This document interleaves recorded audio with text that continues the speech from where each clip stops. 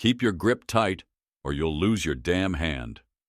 Lieutenant Dane Carvos growled as he slammed another rusted console shut, his fingers slick with grease. Sparks crackled from the exposed wires of the ancient fire control panel, illuminating his face in brief flashes. The TSV Resolute was old, too old to be fighting anything beyond dust buildup. Yet here they were, patching her together in the middle of a war they weren't even supposed to be part of. Commander Raven Volkov leaned over the bridge's laser plasma display, watching as the system reinitialized for the third time that hour. Tell me we're not holding this warship together with willpower alone. Willpower and about half a roll of thermal adhesive, Engineer Tavian Grell muttered, crouched beneath a bulkhead. Give her too much throttle and the whole bridge might start shedding panels. Volkov's jaw tightened. The Resolute was slated for decommissioning yesterday. If the war hadn't come knocking, she'd be a gutted shell in a scrapyard orbiting Titan. Instead, the ship was still operational for one reason only, because every modern warship in Earth's fleet was dead in space. Sir, Navigator Vadran Morse called out, adjusting his chair. The worn leather creaked as he sat up. We've got movement. Volkov turned sharply, the scent of overheated wiring thick in the air. His boots thudded against the deck as he stepped toward the display, where a flickering red grid pulsed in warning. The Xenar fleet was advancing.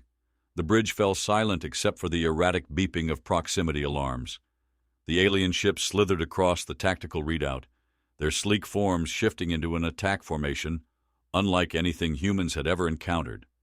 They weren't just moving in, they were preparing for a coordinated kill. Their lead formation's tightening, Carvos said, his knuckles white against the console. They've realized we're still active.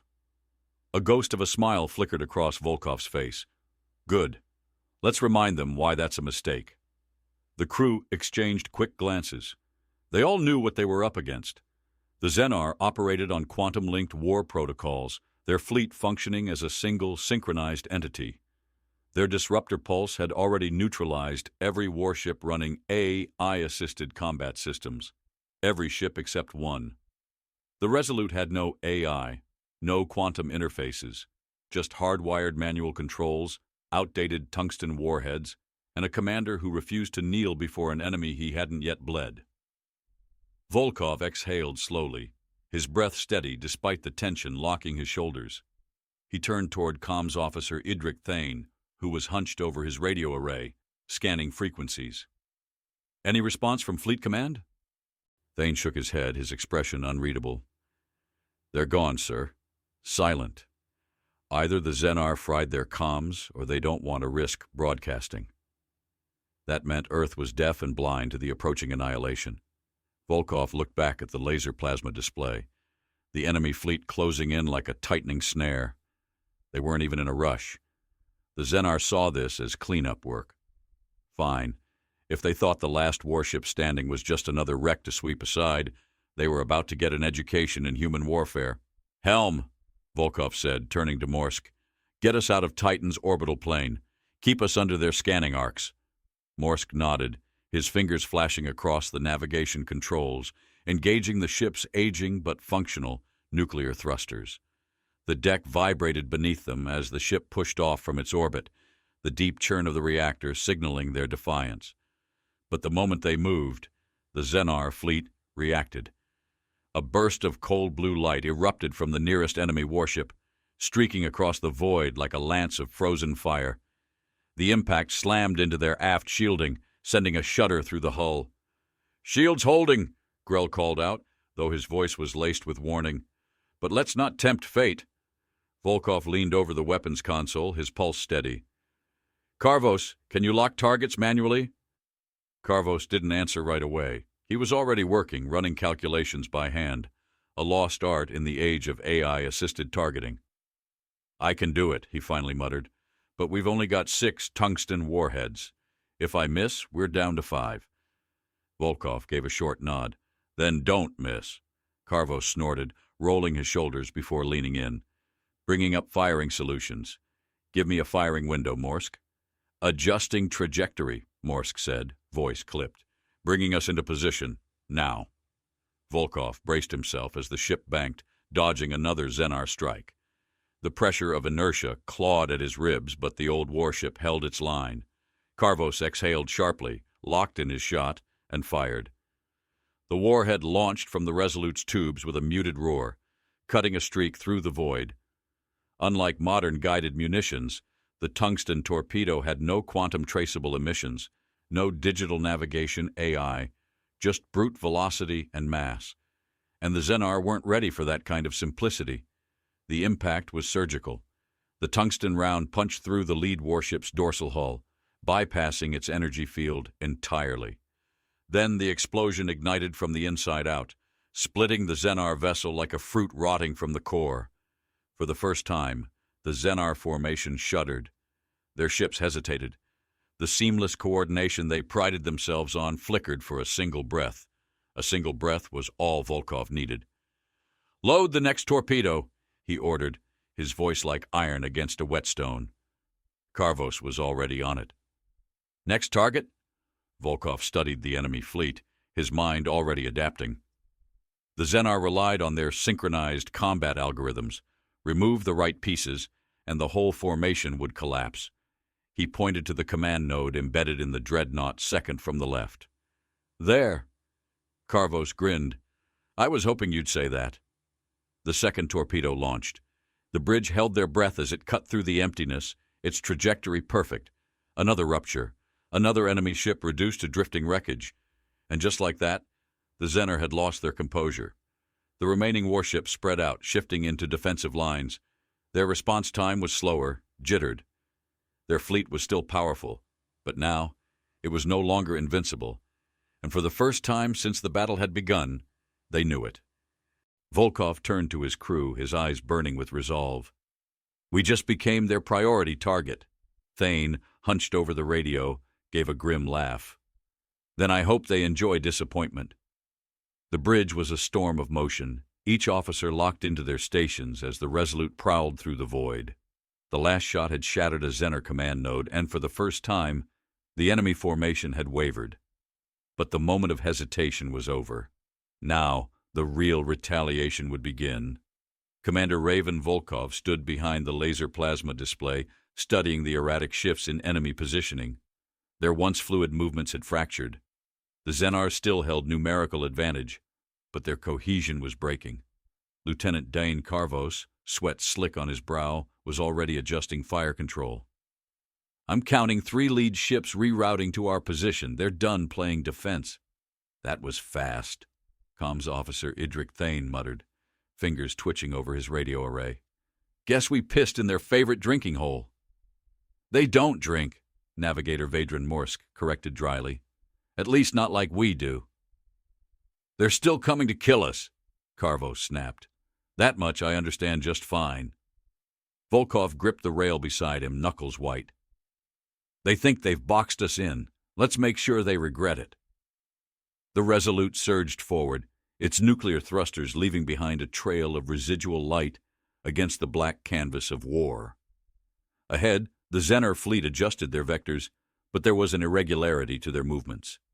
Some ships hesitated, their reaction times slower than before. Carvos was already locked into fire control. "Something's off with their formation." Volkov's eyes narrowed.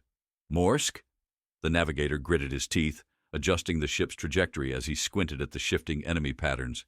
"It's not just a reaction delay, it's something deeper." A static-laced crackle came through the radio. It wasn't human. Thane leaned in, fingers darting over the controls. "I'm getting something. It's coming from the second command node." A series of garbled clicks and reverberating frequencies echoed through the bridge speakers. The language was foreign, but the tone carried a thread of urgency. "They're struggling to coordinate," Thane muttered. Like their command network is failing," Volkov finished. A sharp burst of energy fire lit up the ship's front display, forcing the Resolute to veer hard left. The distant stars blurred as the ship twisted, dodging the assault by a razor-thin margin. Carvos cursed. "They're not crippled enough to stop shooting at us." Volkov exhaled through his nose, the gears of his mind turning. "They're weaker than they were 5 minutes ago. That's the advantage we push." Carvos was already setting up the next shot. "Then pick a target, Commander. We can't take out all of them, but we can make sure they feel it. The display flickered with updated positioning data. Volkov pointed at the next command node, embedded in the heart of a dreadnought's spine. That one. Morsk didn't hesitate. He tilted the ship's trajectory, angling them for another clean shot. The ship shuddered against incoming fire, but the thrusters held. "Karvos," Volkov said. "Make it count."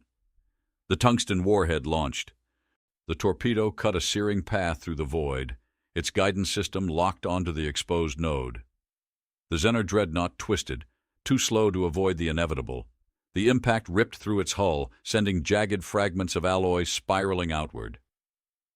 A shockwave burst through its core, and in the next instant the ship was splitting apart, gutted from within. The command link snapped. The enemy fleet lurched. Every Zenar ship tied to that node staggered in unison, their movements faltering. Some veered off course, while others slowed as if momentarily dazed. Volkov felt the shift in his gut. The momentary chaos was proof. The Zenar were reliant on their command network. Remove enough links, and the entire system would collapse. Thane leaned closer to his display, staring at the Zenar transmissions. "Sir, I don't think they're just struggling. I think they're panicking." Volkov frowned. "Zenar don't panic." "Maybe not usually," Thane said, voice tight.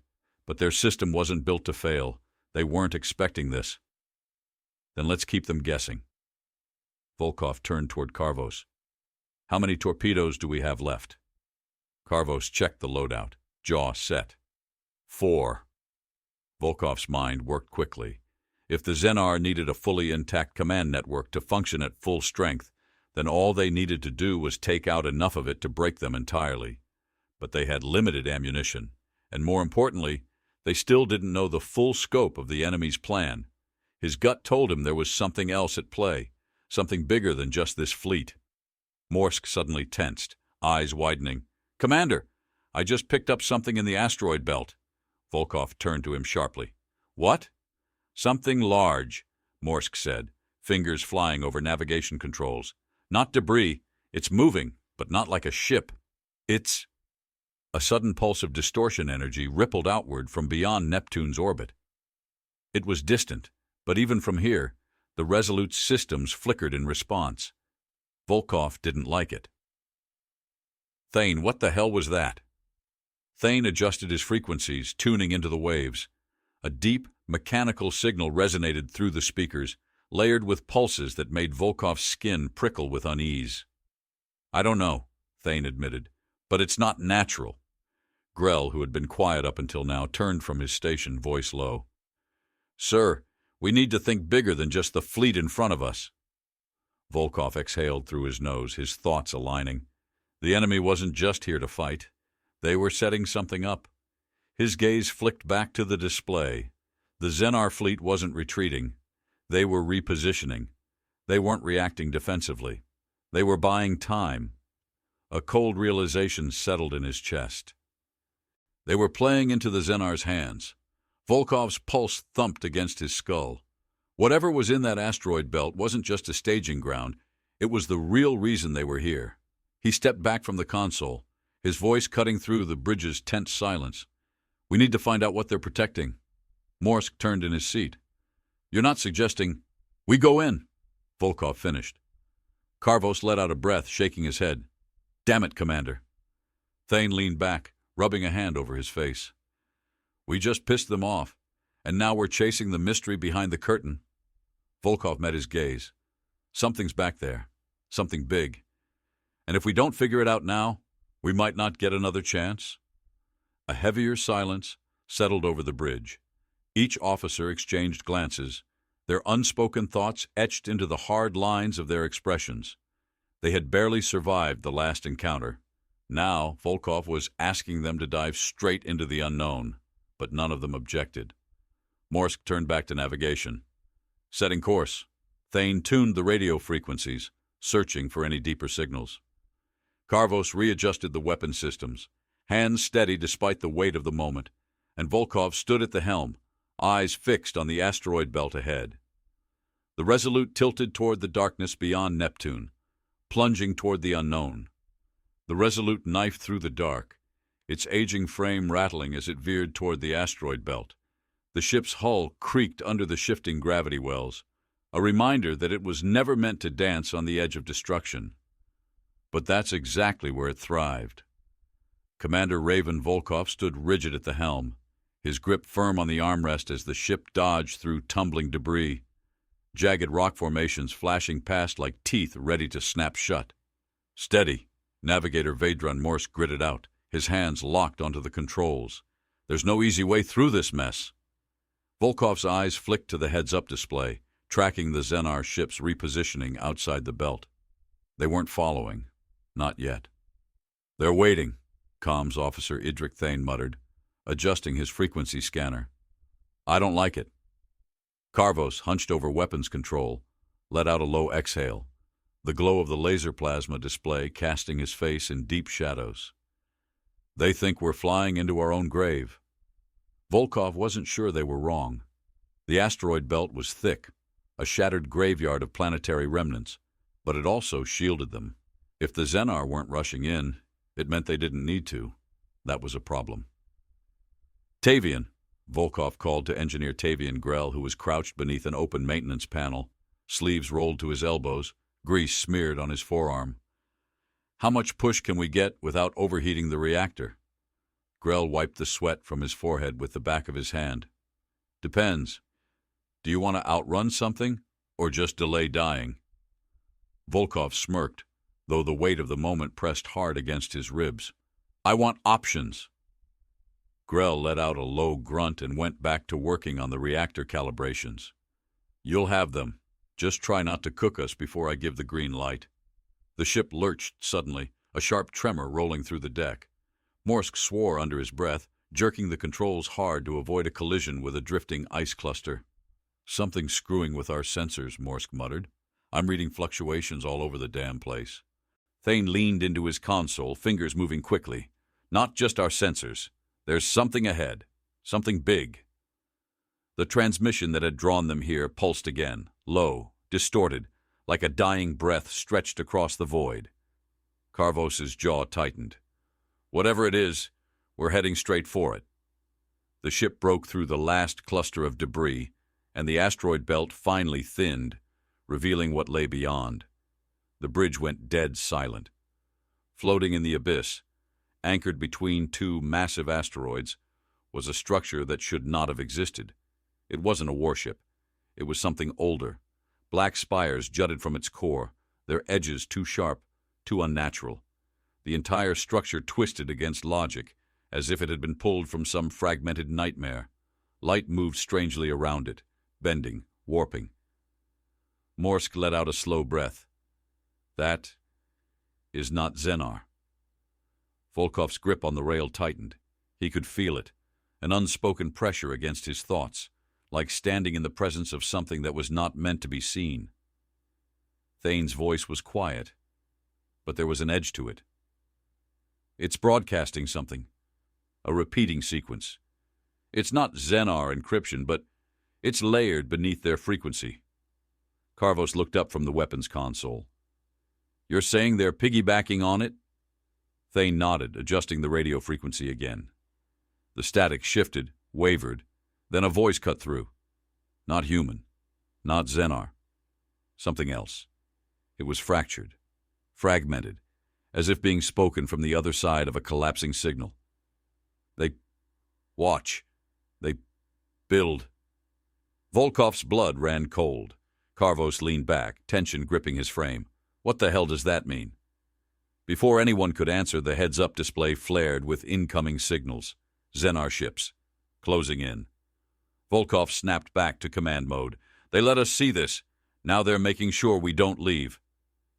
The first barrage of energy fire lanced through the field, searing across the shields. The ship rattled under the impact, alarms blaring like distant sirens in a storm. Carvos was already moving. "Weapons online, targeting the lead frigate." Volkov's voice cut through the chaos.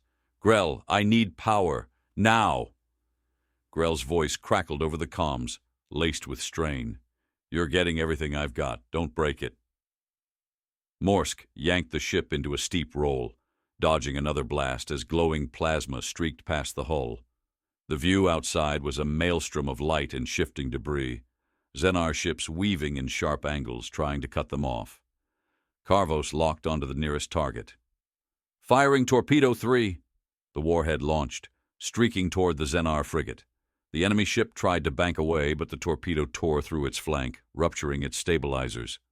The frigate spiraled, trailing fire like a comet. Another blast rocked the Resolute. The shields flickered dangerously. Thane's voice was urgent. "They're pushing us toward the structure. They're hurting us." Volkov realized too late. The battle wasn't about winning. It was about trapping them. He slammed a fist onto the console. "Morsk, full reverse. Get us out of here." Morsk wrenched the controls, thrusters roaring as the ship tilted into a hard retreat. But the momentum felt wrong, as if they were being pulled forward instead of back. Carvos gritted his teeth. "What the hell?" Grell's voice cut through, sharp and alarmed. "Sir, there's a gravitational distortion. It's—" The ship lurched violently, as if something had reached out and dragged it forward. Volkov's stomach dropped. The structure was pulling them in. Thane's voice was tight with something close to fear. "Sir, it's not just broadcasting." The radio crackled again, and the voice returned. "They watch. They consume." The ship shuddered as the pull intensified. Volkov's mind raced. The Xenar weren't here to fight. They were here to activate something. He turned to Grell, his voice steady despite the chaos. "Can you override the reactor controls? Give us an emergency burst?" Grell didn't hesitate. "I can try, but it might crack the coolant lines." "Then crack them." Grell cursed, but his hands moved fast. Morsk fought the controls as the ship tilted dangerously toward the structure. The Xenar ships held their position, watching, waiting. Volkov's gaze locked onto the structure as realization dawned. It wasn't a weapon. It was a signal tower, and it wasn't calling the Xenar. It was calling something else. The reactor surged, the emergency boost slamming the ship backward. The Resolute wrenched free from the gravitational grip, thrusters burning hot. The moment they broke loose, the Xenar moved. They weren't chasing. They were activating the tower. A new pulse radiated outward, deeper, heavier. Something out there had heard the call. Volkov's voice was low, unyielding. "We need to warn Earth." Thane was already working, fingers flying across his radio controls, but his voice was grim when he spoke. "Sir, I think it's too late." The Resolute hurtled backward, thrusters burning white-hot against the black abyss as the ancient tower completed its transmission. The pulse it had released wasn't just a signal. It was an invitation, and whoever was listening had heard it. On the laser plasma display, Commander Raven Volkov watched as the Xenar ships pulled away, their movements no longer aggressive, no longer engaged in combat. They were repositioning, withdrawing to a safer distance. It was the way a soldier stepped back after lighting a fuse. Volkov's chest tightened like a vice. The Xenar weren't retreating because they had lost. They were making room for something worse. Thane's voice came sharp and clipped from the comm station. "Sir, we've got incoming. Deep space telemetry just lit up like a reactor breach." Volkov didn't need to ask what it was. He already knew. Morsk gritted his teeth as he wrestled the controls, adjusting trajectory to stabilize the ship after the emergency burn. Whatever they called, it's moving fast. Grell, still crouched near the reactor panel, wiped grime from his forehead with a sleeve. His voice was edged with something close to frustration. "Tell me you've got an idea that doesn't involve us sitting here waiting to die." Volkov's mind ran through the possibilities, grinding through every tactical scenario that didn't end in a burning wreck. The Xenar fleet had functioned on a centralized combat network, dependent on command nodes to coordinate their forces, destroy enough, and their cohesion fractured. But this wasn't the Xenar. This was something unknown. Something that could move at speeds their sensors barely detected, and something that had no reason to fight fair. His gaze snapped back to the laser plasma display, tracking the beacon's output. "We shut it down." Carvos, already preparing another torpedo, turned sharply. "The tower? You think that'll stop them?" "No," Volkov admitted, voice level. "But it might slow them down." Thane exhaled sharply. If they're following a signal, cutting it off mid-transmission could disrupt their approach vector. Could buy us minutes, maybe seconds. Volkov nodded. Enough time to come up with something better than waiting for impact. Morsk was already on it. I can get us within range, but if we want to disable that thing, we need a hell of a lot more firepower than what we've got left. The ship shuddered as another wave of energy rippled outward from the beacon, its pulse twisting through space like the deep chime of a funeral bell. The Xenar ships continued to hold their distance, watching, waiting. "They're not interfering," Karvos muttered, adjusting fire control. "They don't need to." Because the real threat wasn't here yet. Grell hauled himself upright, wiping his hands on his uniform. "We're running too hot already. If I divert everything into weapons, we lose shields. And if we lose shields, we don't need shields," Volkov cut in. "We need to think asymmetrically." The crew fell silent, waiting. Volkov exhaled slowly, then turned to Grell. "How unstable is the reactor right now?"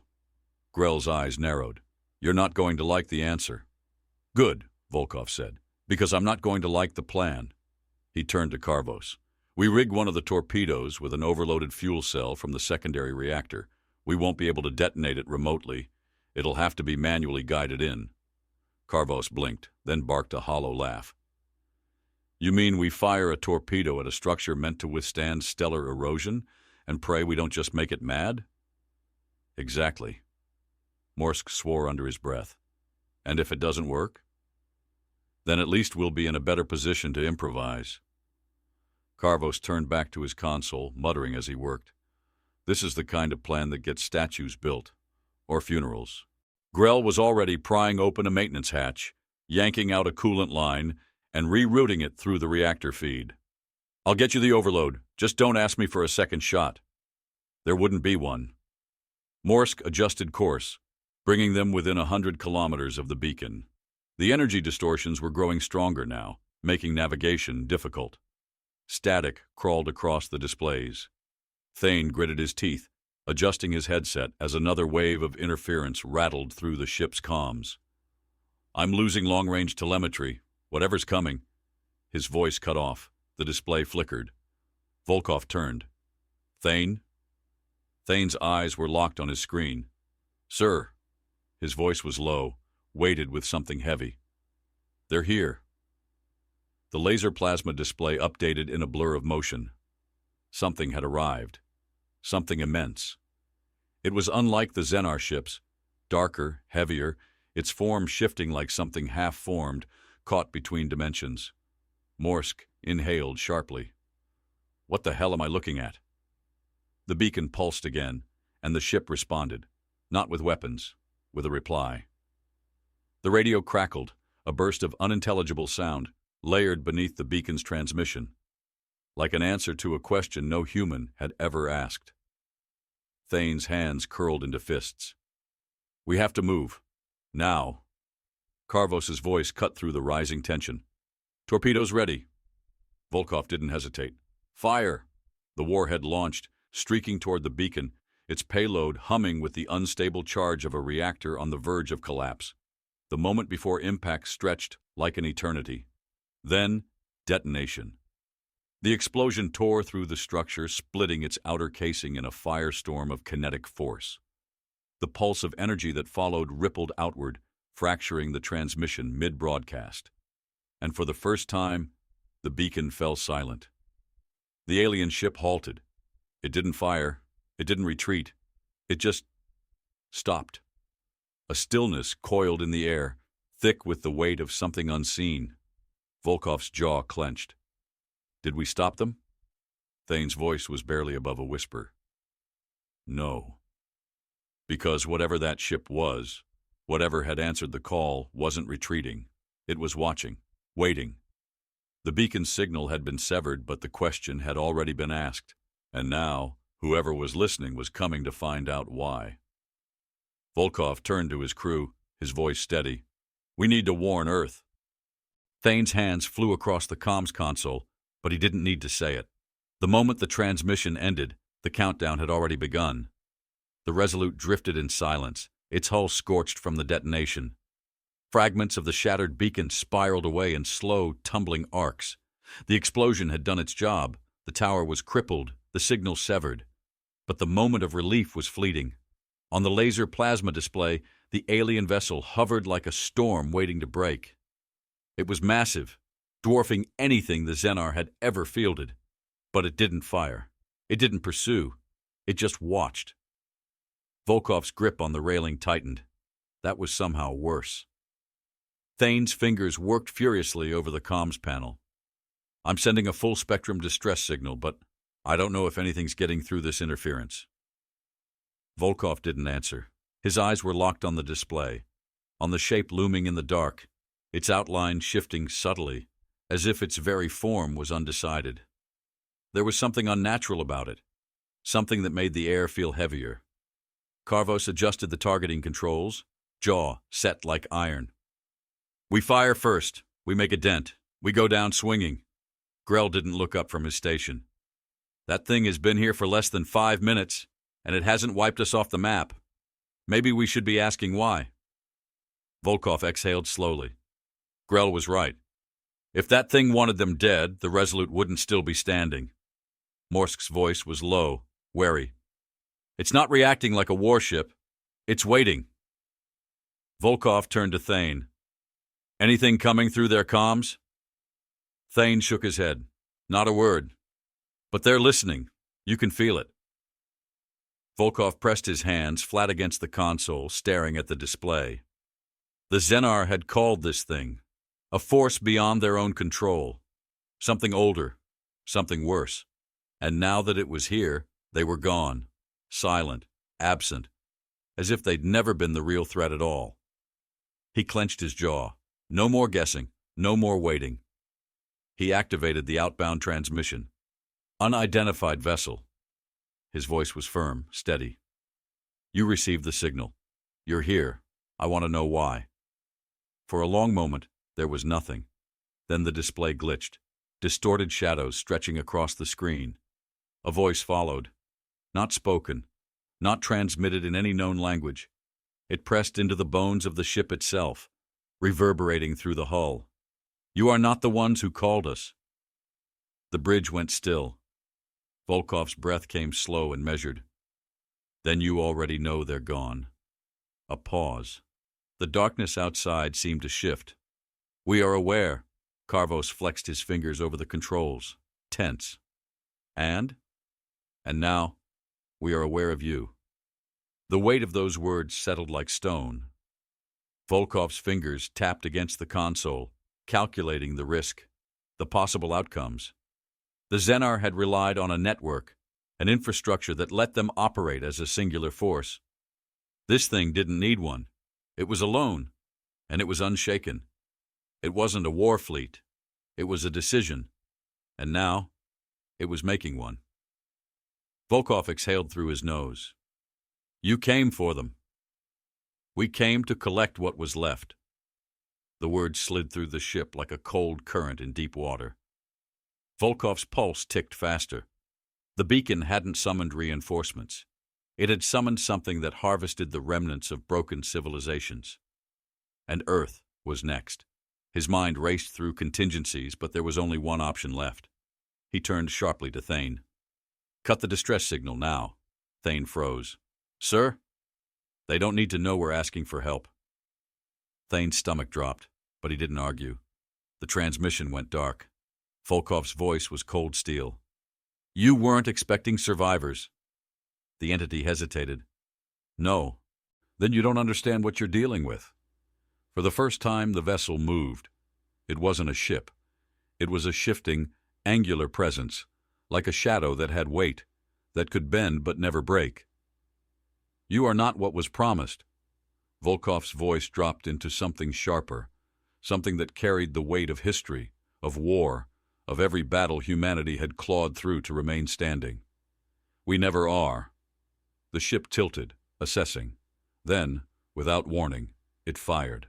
The Resolute lurched violently, shields crackling as energy tore across them. Sparks burst from overhead conduits, filling the air with the stench of burning circuitry. Grell's voice was a snarl of frustration. Shields are buckling. We can't take another hit like that. Volkov snapped to Karvos. Load everything. If we go down, we make it hurt. Karvos didn't hesitate. Weapons hot! Morsk yanked the ship into an evasive turn, but the entity wasn't following. It fired again, a narrow, controlled shot, not to destroy, to disable. Volkov saw it then. This thing wasn't here to conquer. It didn't need to. It had already won countless times before. It saw them as a problem that had already been solved. Not today. Volkov's mind locked onto the only strategy left. He turned to Grell. Can we dump the reactor? Grell stared at him, realization striking like a match. We detonate the core. Volkov nodded once. Karvos cursed under his breath. That'll take us with it. Not if we do it right, Grell cut in, already moving to override the fail-safes. We eject it manually, rig a short-delay detonation. If we can get them to focus on us long enough, they won't see it coming. Volkov turned to Morsk. Give me an angle. Morsk gritted his teeth, hands white-knuckled on the controls. You better make this count. The reactor roared to life, power building beyond safety limits. The ship shuddered under the strain. Thane's voice was hoarse. If this doesn't work, Volkov cut him off. It will. The ship twisted, burning toward the entity at full speed. It responded, another lance of energy arcing toward them. Now! Grell hit the release. The reactor ejected from the ship, tumbling toward the entity, an unshielded sun collapsing in on itself. The moment stretched, then detonation. The explosion split the dark, sending a shockwave that rippled across space like a dying star's last scream. The entity twisted violently, its form fracturing, scattering, peeling apart like something unraveling at the seams. Then, silence. The display flickered, and the entity was gone. The crew exhaled in ragged, uneven breaths. Grell let out a sharp, breathless laugh. We're alive? Volkov's fingers clenched the railing, his voice quieter than before. For now. Morsk ran a hand through his hair, still staring at the display. You think they'll come back? Volkov's gaze lingered on the wreckage, the shattered beacon, the fading energy trails of something that had learned a lesson it wasn't expecting. They called us obsolete, he murmured, until we proved otherwise. Thane leaned back, exhaling sharply. Well, that's one way to send a message. Karvos cracked a grin. Yeah, let them spread that one around. The Resolute turned toward Earth, battered but unbroken, carrying with it a warning. And a new legend had been written.